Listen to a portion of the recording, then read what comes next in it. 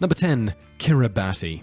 Home to one of the largest protected areas in the world, the Phoenix Islands Protected Area, Kiribati is the epitome of a tropical paradise. Independent since 1979, Kiribati consists of a series of atolls and reefs with a smattering of little islands perched on top. The temperatures are a pleasant low 80s, coconut and breadfruit trees abound, and the waters are a lovely blue. If you feel like booking a vacation in Kiribati, however, you better make it snappy. Owing to rising sea levels, 2 of its islands have already been lost to the waves, Tabua Tarawa and Abu Anea, and the rest are threatened. While a few of the islands are expected to remain above water in 2115, what's left won't be able to support the agriculture needed to maintain a national population. The situation is desperate enough for President Tong to begin evacuating the islands already, the process sped up by Cyclone Pam. Official appeals have been made to Australia, New Zealand, and Fiji to accept Kiribatians as permanent refugees. Number 9. The Netherlands. It's easy to imagine tropical nations disappearing into the Pacific. What is less easily imagined is the loss of a European nation to climate change. Nevertheless, this is not only realistic, but it is in fact quite probable. Known as much for its dikes as being the place to go for legal drugs and prostitutes, much of the Netherlands is below sea level. Unlike Kiribati, it is not simply rising sea levels that threatens the Netherlands. An extremely modern nation with a powerful economy, the Netherlands can well afford to continue expanding its dikes upwards to keep rising seas out. The real problem is that the same dikes that keep the sea out can keep flooding in. With half the nation at or below 1 meter above sea level, the Netherlands has been constantly fighting to keep its head above water. In 1953, a massive storm slammed into the Netherlands and neighboring Belgium. Floods as deep as 5.5 meters swept the southern parts of the country. Only the careful use of a ship to plug a dike prevented the flooding of North Holland, the second most heavily populated province. With many scientists predicting that previously safe Europe could soon be struck with frequent Hurricane Katrina-level storms, we'd book our Amsterdam holiday today, if we were you. Number 8. The United Kingdom. What many people often tend to forget is that Her Majesty Queen Elizabeth II is not only the Queen of England, she is the Queen of the United Kingdom. As early as Roman times, attempts to unite both the north and south of Britain had failed. The death of Queen Elizabeth, the first one in 1603, however, led to Parliament handing Scottish King James V the crown of England as well. In 1707, the now 100-year-old merger of the kingdom was formalised as the United Kingdom of Great Britain. These days, however, one of the most successful empires in history is facing a real possibility of dissolution. The union of the two kingdoms began to show cracks as early as 1853 when advocates began calling for home rule.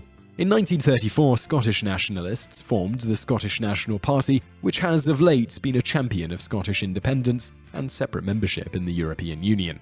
Referendums calling for the dissolution of the United Kingdom have come up in Scotland roughly every 20 years since the 1970s. The first failed on a technicality, the second was wildly popular, and finally established the home rule that has been debated for nearly 150 years, but did not actually dissolve the Union. The most recent, 2014, failed by a narrow margin, but only 6 months later the SNP swept the parliamentary elections on a wave of reaction to the narrow failure of the referendum. With 56 out of 59 seats possible and opinion polls showing growing support for another attempt, it seems likely that the United Kingdom will be no more by 2115. Number 7. Canada. Canada was the unhappy offspring of the 7 Years' War. While Great Britain and France were busy making a mess out of Europe between 1754 and 1763, their colonies in North America were having a pleasant and related brawl of their own. The end result was the addition of New France's fishing holes to the British Empire.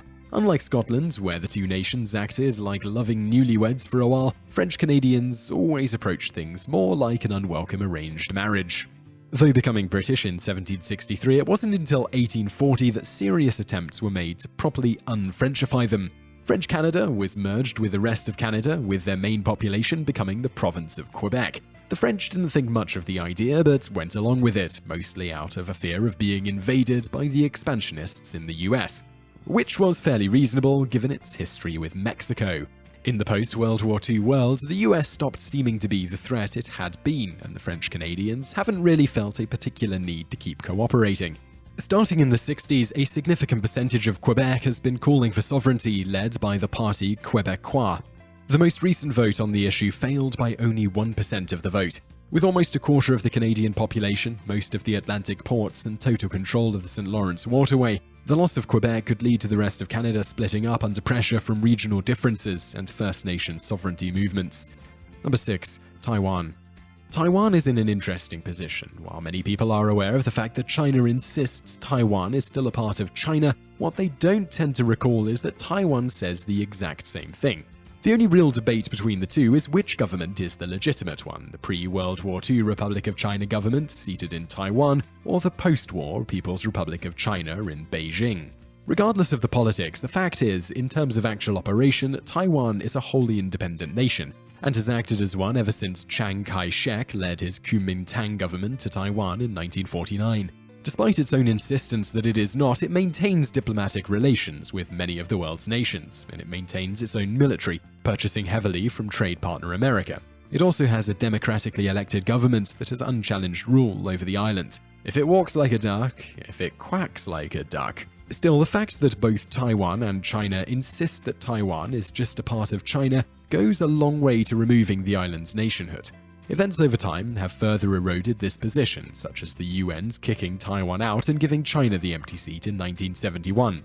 While there are some within Taiwan calling for an official declaration of independence, the official government stance still calls for eventual reunion with mainland China, and only 24% of the population responded favorably to an independence call during a January poll. As such, it is only a matter of time before Taiwan returns to the fold. Number 5. North Korea. Just like China and Taiwan, North and South Korea both insist on an eventual reunion.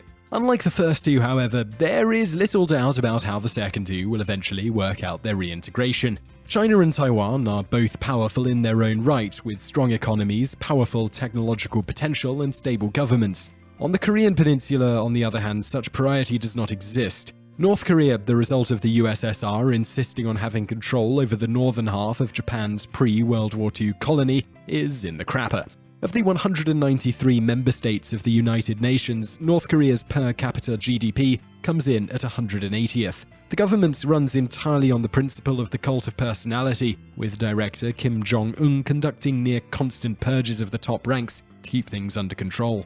The only thing that North Korea can boast of is a strong military, and the few high-ranking defectors have spoken of coup attempts by the military that have been ruthlessly kept out of the media. Most pundits consider it to be only a matter of time before North Korea implodes under a weight of suspicion and backstabbing. When the inevitable event occurs sometime before 2115, South Korea will be ready to take North Korea back into a united country and start repairing the damage done by the Kim clan. Similar to what happened when East Germany was reunited with the West in 1990. Number 4. Palestine. Palestine occupies a strange position on the family tree of nation-states today. While most of the top powers of the world do not recognize it as a nation, more than 2/3 of the UN's member states do.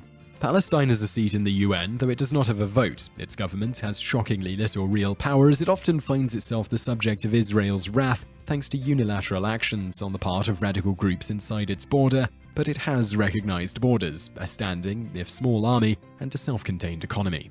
Unfortunately, Palestine is the weakest kid in a particularly bad neighborhood. Most of the country is occupied by Israel as a buffer against terrorist groups. Jordan, sharing the other significant border with it, is a stable nation, but has been struggling with the instability in nearby Syria and Iraq. Jordan has been careful to be polite but standoffish in order to avoid buying even more border trouble. Egypt has plenty of problems of its own, and Turkey and Iraq are both having big trouble with ethnic separatists, so they are the last nations to be jumping aboard any separatist support trains. Given the combination of Israeli hostility and significant instability among the Arabic states close at hand, Palestine's severe government weakness is likely to result in Palestine becoming a failed state. Portions that contain Israeli settlements will likely wind up fully annexed in spite of international condemnation, while what remains could well wind up falling under the control of a UN mandate, possibly regulated by Jordan. A Palestinian state is highly unlikely to exist as a national entity in 2115. Number 3. Sudan. South Sudan is the newest nation in the world. It is also likely to be one of the shortest-lived nations in the world. It was formed in 2011 after a referendum for independence from Sudan passed with nearly 99% of the vote. That, however, was the one and only time anyone seemed to be able to agree about anything. Externally, South Sudan can't seem to nail down any agreements regarding its border and trade relationship with Sudan. When it left, it took all of Sudan's oil fields, but Sudan retained all the infrastructure to transport the oil away from these fields. Since then, oil revenues have stagnated, owing to a failure to negotiate a profit-sharing deal, and both nations have had small proto-wars over how to split up their resources. Internally, South Sudan hasn't had any better luck. 9 of its 10 provinces are suffering armed conflicts as various tribal and ethnic groups fight one another, and all of them fight a government having a civil war with itself.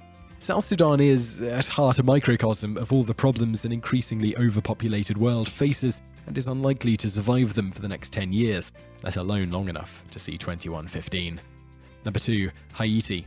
If there ever was a nation that had bad luck, it's Haiti. Even before its war for independence, it was a bad luck state. Consisting mostly of slaves at heart, Haiti has always suffered from nearly every problem that's killing the nations already listed so far. Haiti has suffered from ethnic cleansing, courtesy of the neighboring Dominican Republic in the 30s, has constantly suffered from severe poverty and the accompanying armed revolts, and has been the object of affection of nearly every natural disaster and disease imaginable.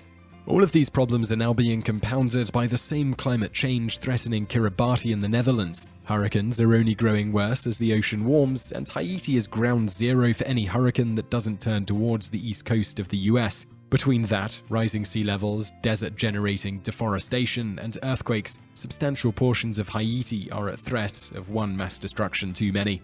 Seemingly doomed from the beginning, it is perfectly reasonable for Haiti itself to become a zombie-like creature, not really alive, but not really dead. Unable to recover from disasters, economic and natural, Haiti may well eventually resort to turning itself over to the UN or a better-behaved Dominican Republic, out of a desperate hope that they might be able to keep something in that half of the island alive in 2115. Number 1. Sealand.